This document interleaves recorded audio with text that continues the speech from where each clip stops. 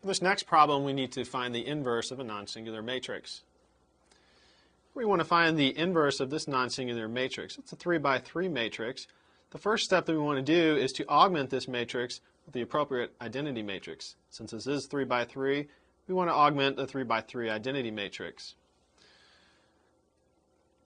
That's what we've done here. So we've got our original matrix here, B, and then we've augmented this 3 by 3 identity matrix.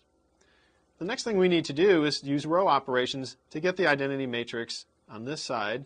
As we perform the same operations on the entire row, the resulting matrix over here is going to be our inverse matrix. First thing we'd like to do is get a 1 in this upper corner, which we already have. The next step is to get zeros beneath it. To do that, we need to multiply our first row by -2 and add it to our second. So our new row 2 will be -2 times row 1 plus row 2. At the same time, we can get a 0 in the third row. Our new row 3 will be -2 times row 1 plus row 3. We just need to perform those operations. We're not changing our first row, so we just rewrite that. To get our new second row, we perform this indicated operation, and we get this result. And we'll double check that. -2 times 1 is -2, plus 2 gives us 0. -2 times -1 is 2, plus 5 gives us 7. -2 times 1 plus -1 is -3. -2 times 1 plus 0 is -2. -2 times 0 plus 1 is 1. -2 times 0 plus 0 is still 0. To get our new row 3, we had to perform this operation. -2 times 1 plus 2 is 0. -2 times -1 is +2, plus 3 gives us 5. -2 times 1 plus 0 is -2. -2 times 1 plus 0 is -2. -2 times 0 plus 0 is 0. -2 times 0 plus 1 is 1.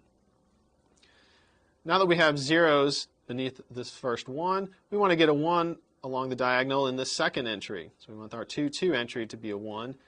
To do that, we need our new row 2 to be 1/7 times the current row 2. We're not going to change our first or third row, so we're just going to rewrite them, and we'll get this result. Here's our first row and our third row just rewritten. To get our new second row, we perform this operation. 1/7 times 0 is still 0. 1/7 times 7 is +1. 1/7 times -3 is -3/7. -2 times 1/7 is -2/7. And 1 times 1/7 is 1/7. 0 times 1/7 is 0. We need to move on to another sheet of paper to continue finding our inverse. Here we've rewritten our last matrix from the previous page. We've got our 1 here and our 2 entry. Our next step is to get a 1 below this, a 0 below the 1 and a 0 above the 1. To do that, our new row 1 is going to just be row 2 plus row 1. Just add these together to get that 0. Our new row 3 will be -5 times row 2 plus row 3. We're not changing our second row, so we're going to be able to just rewrite that. We'll get this result. Notice our second row is the same. Our first row we get by adding the first and second. 1 plus 0 is 1. -1 plus 1 is 0. 1 plus -3/7. Remember, 1 is 7/7. So we end up with 4/7. 1 plus -2/7 is 5/7. 0 plus 1/7 is 1/7. And 0 plus 0 is 0. Our new row 3 we get by performing this operation. -5 times 0 plus 0 is 0.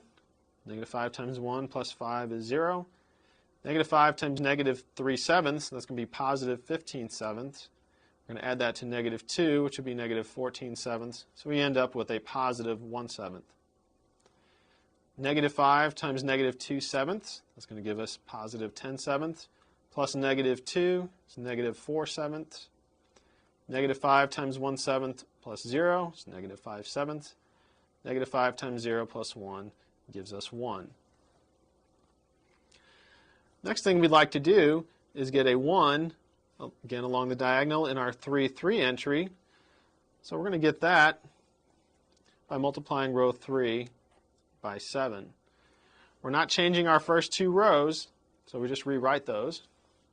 And we end up with this result. Notice that we just rewritten our first 2 rows. To get row 3, we just have to multiply by 7. 0 times 7 is 0. 0 times 7 is 0. 1/7 times 7 is 1. Negative 4/7 times 7 is negative 4. Negative 5/7 times 7 is negative 5. And 1 times 7 is 7. The last thing we need to do is to get zeros above this 1. We need a 0 here, and we need a 0 here. To do that, our new row 1 is going to equal negative 4/7 times row 3 plus row 1. Our new row 2 will be 3/7 times row 3 plus row 2. We're not changing our third row, so we're just going to rewrite that. Notice our third row is the same. To get our new row 1, we multiply the third row by negative 4/7, add it to row 1. Negative 4/7 times 0 is 0, plus 1 gives us 1. Negative 4/7 times 0 plus 0 is still 0. Negative 4/7 times 1 plus 4/7 gets us 0. Negative 4/7 times negative 4, it's going to give us a positive 16/7. We're going to add that to 5/7, which is going to give us 21/7, which equals 3. Negative 4/7 times negative 5 is going to give us 27, positive 27. Add 1/7 to get 21/7, which is 3. Negative 4/7 times 7 is negative 4, plus 0 is negative 4. Same idea here for row 2, except we multiply row 3 by 3/7 and add it to row 2. 3/7 times 0 plus 0 is still 0. 3/7 times 0 plus 1 is 1. 3/7 times 1 plus negative 3/7 gets us our final 0. 3/7 times negative 4, that's negative 12/7, plus a negative 2/7 is negative 14/7, which ends up being negative 2. Negative 5 times 3/7 is negative 15/7. We're going to add 1/7, which gives us negative 14/7 again, which is negative 2. 7 times 3/7 is 3, plus 0 gives us 3. Now that we have the identity matrix here, this resulting matrix is our inverse. And so B inverse is equal to 3, 3, negative 4, negative 2, negative 2, 3, negative 4, negative 5, 7.